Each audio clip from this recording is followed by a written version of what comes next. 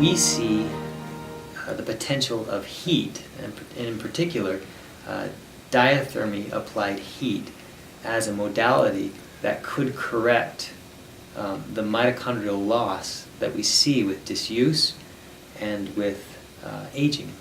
If you simply heat tissue, that it turns on a lot of the molecular pathways that exercise does. So we thought, what if we treated heat like an exercise paradigm?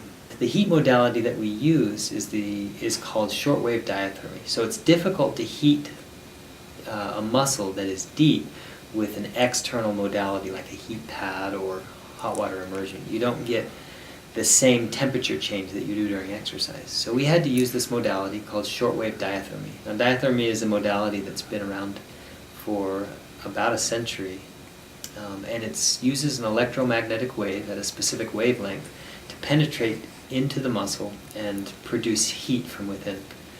So what we were able to show was that by simply heating the muscle every day for 7 straight days, kind of like an exercise program, we were able to get some of these adaptations that we see during exercise. And so the technology that we have patented through the Technology Transfer Office at BYU is the use of shortwave diathermy, or the use of repeated heat treatments to induce skeletal muscle mitochondrial adaptation.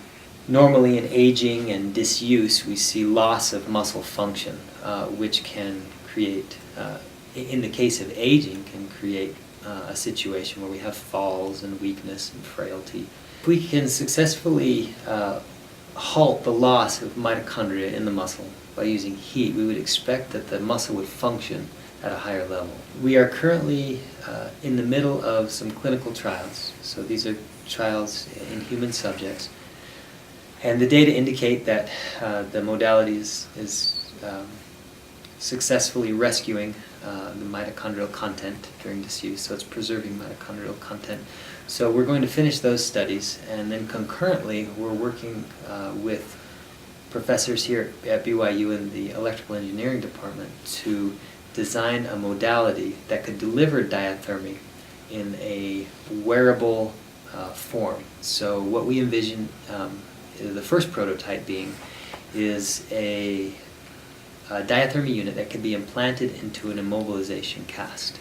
And the expectation would be that if we can preserve the mitochondrial content and the energetic capacity of the muscle, that the muscle would function better, and we could perhaps rescue some of the deficits that we normally see following disuse or in aging.